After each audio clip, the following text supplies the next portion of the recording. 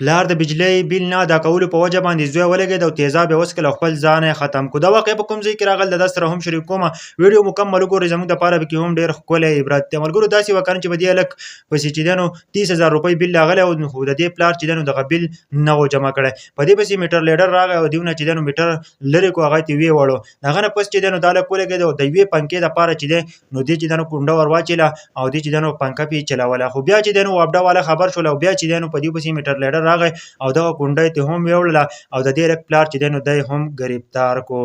بیا چې دی نو دې هلک چې دی نو دې ته یې ویل که ته خپل پلار ازادوې نو ته چې دی نو ډېر ژر چې دی نو پیسې راوړه او د هغه نه پس چې دی نو ستا پلار به چې دی نو دا ازاد شي. دې هلک ډېر زیات کوښښ وکړو، د 25 ورځې پورې چې دی نو دې کوښښ وکړو چې زه روپۍ پیدا کړمه. د خلکو نه سوالونه کول چې ما له روپۍ راکړئ که نه چې زما په پلار نن په سخته کې دی چې زه یې هغه ازاد کړم، ځکه چې هغه یې جیل ته اچولی او جیل ته یې وړی او په جیل کې بند و. ملګرو په دې 25 ورځې وشوې که نه، خو دې هلک چې دی نو ډېر زیات کوښښونه وکړل او دا چې دی نو ناکامه شو. دا هلک چې دی نو ایسته کې کور ته راغی او تیزاب یې راوړل او ایسته کې تیزاب یې وڅښل. چې کله تیزاب وڅښل نو دا ایسته کې د دنیا نه رخصت شو. دې سیټه چې تاسو ته نوجوان ښکاري نو دا 11-22 واله دی. دا وایي که نه چې زه رالم او ما چې دی نو هسپتال ته دا ورساوه، خو دا مکمل طور باندې ختم شوی و. د بجلی بیل نه ادا کولو په وجه باندې چې دی نو زوی چې دی نو هغه خپل ځان ختم کړو. خلکو نه سوالونه کول چې تاسو ما له روپۍ راکړئ که نه چې زه د خپل پلار را ازاد کړم، خو یو کس وله مدد ونه کړو. هغه ایسته کې آخر کار چې دی نو د 30,000 روپو بیل او هغه چې دی نو خپل ځان ختم کړو. پلار یې چې دی نو په جیل کې اوس چې دی نو دا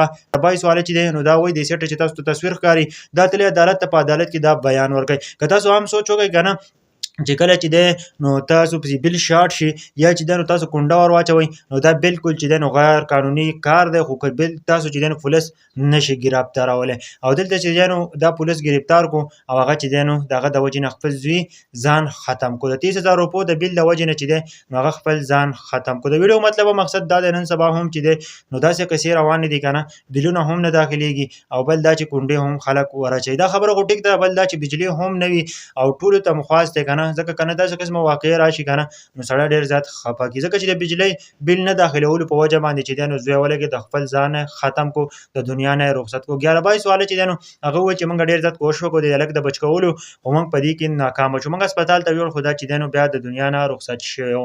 یو انسان دومره مجبوره شي چې هغه خپل ځان په خپله باندې ختم کړي. یو انسان دومره مجبورول نه دي پکار. د دې نه مخکې سوچ کول غواړي چې زه دا انسان مجبورومه، هسې نه چې دا د دنیا نه خپل ځان په خپله باندې ختم کړي. بیا به تاسو الله پاک له څه جواب ورکوئ. نو انسان سره چې کم یو کس وي پکار نرمه لهجه سره او په صحیح طریقه به سره خبرې کوئ، ځکه چې د انسان هېڅ پته نه لګي که نه، که چېرته د دنیا نه لاړ شي نو ذمهوار به بیا ټول تاسو وي.